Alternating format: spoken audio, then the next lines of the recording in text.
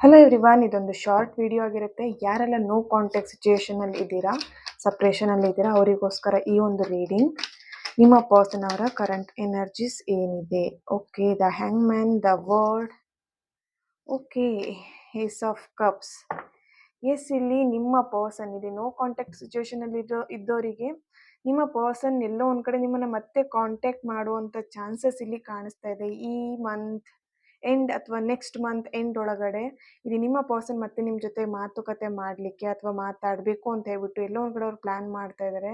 Then ಎಲ್ಲೋ ಒಂದು ಕಡೆ new beginning start ಆಗುವಂಥದ್ದು ಇಲ್ಲಿ ಎನರ್ಜಿ ಕಾಣಿಸ್ತಿದೆ. ದ ವರ್ಡ್ ಕಾರ್ಡ್ ಬಂದಿರೋದ್ರಿಂದ ಅವರಿಗೆ ನೀವೇ ಪ್ರಪಂಚ ಆಗಿದೆ ಅಥವಾ ನಿಮಗೆ ಅವರೇ ಪ್ರಪಂಚ ಆಗಿರುವಂಥದ್ದು.